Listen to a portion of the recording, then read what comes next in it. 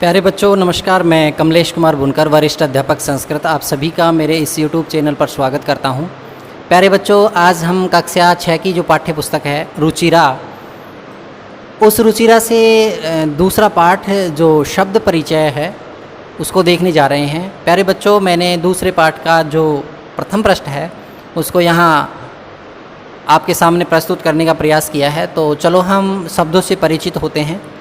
यहाँ कुछ चित्र भी दिए हुए हैं और चित्रों के आधार पर हम इन शब्दों से परिचित होते हैं। यहाँ एक चित्र है और चित्र में विशेष रूप से यहाँ आप ये जो झूला जिसे बोलते हो अपनी भाषा में उसको देख रहे हैं। तो यहाँ शब्दों में लिखा गया है कि ऐशा का, ऐशा जैसे मैं यहाँ खड़ा हूँ मेरे बहुत पास में है, इसलिए हम एतत् शब्द का प्रयोग कर रहे हैं। और जब कोई संज्ञा दूर होती है तब वहाँ तत् शब्द का प्रयोग किया जाता है। यहाँ ये भी बात ध्यान रखने योग्य है कि अगर संज्ञा का हम पुल्लिंग ले रहे हैं तो पुल्लिंग का प्रयोग करेंगे, स्त्रीलिंग है तो स्त्रीलिंग के लिए, और नपुंसकलिंग है तो नपुंसकलिंग का प्रयोग करेंगे। जैसे जो झूला होता है वो स्त्रीलिंग है, तो ऐशा का, किसी ने पूछा प्रश्नवाचक चिन्ह है कि ऐशा का यह क्या है, ऐशा का यह क्या है। ऐशा यानी यह का यानी क्या है या कौन है, यह क्या है, यह क्या है। तो उत्तर मिलता है कि ऐसा यानी यह दोला यानी झूला है। तो इसका हिंदी अर्थ हुआ यह झूला है, यह झूला है। किसी ने फिर दोबारा प्रश्न किया कि दोला कुत्र अस्ति, दोला यानी झूला, कुत्र यानी कहाँ, अस्ति यानी है। तो इसका भावार्थ या हिंदी अर्थ हुआ कि झूला कहाँ है, झूला है वो कहाँ है। तो उत्तर मिलता है कि दोला उपवने अस्ति। तो जो झूला है उपवने, ये सप्तमी विभक्ति का एक वचन है। तो जो झूला है वो उपवन यानी बगीचे में है, अस्ति यानी है, दोला यानी झूला, उपवन यानी बगीचे में, अस्ति यानी है, झूला बगीचे में है। तो अपन ने इस पहले पैराग्राफ को देखा।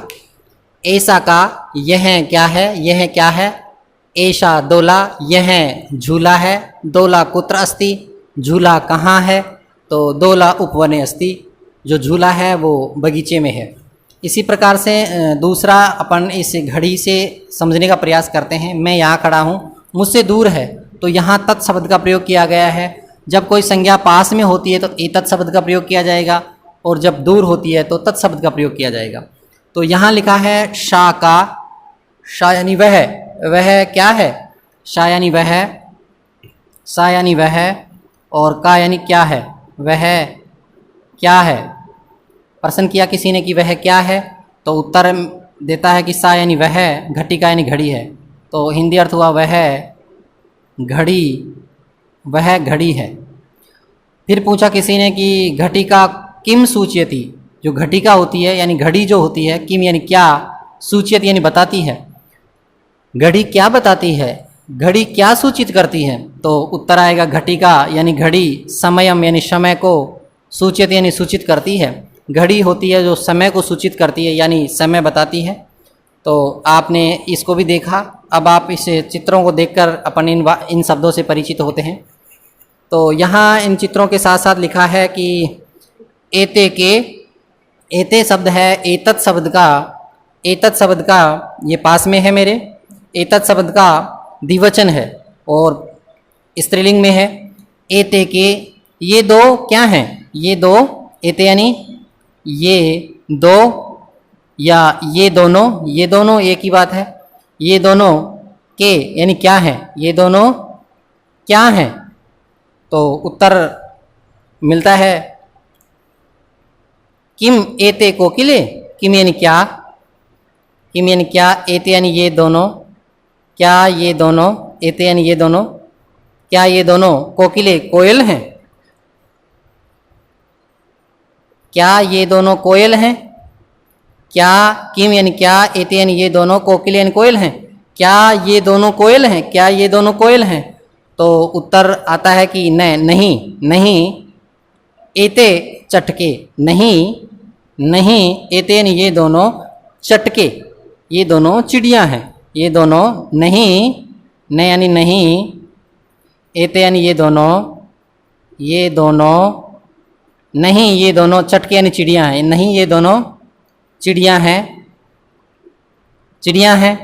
चटके किम कुरुता है, चटके किम कुरुता है, जो चटके हैं ये दोनों चिड़ियाँ हैं, किम कुरुता है क्या कर रही हैं, ये दोनों चिड़ियाँ क्या कर रही हैं। तो उत्तर है कि एते विहरता है, ये दोनों विहार कर रही हैं यानी आराम कर रही हैं या बैठी हैं घूम रही हैं, विहरता यानी विहार करना होता है। तो अपन ने तीनों जो पैराग्राफ हैं इनको अपन ने देखा। आप आशा करता हूँ कि आपको ये सामान्य जानकारी आपको पसंद आई होगी। प्यारे बच्चों, मेरे द्वारा बनाए गए सभी पाठों के वीडियोज़ मैं धीरे धीरे आप लोगों के सामने प्रस्तुत करता रहूँगा। आशा है कि आप लोग इनसे लाभान्वित होंगे। आगे भी मैं ऐसे वीडियो आप लोग लोड करने का प्रयास करूँगा। जय हिंद, जय भारत।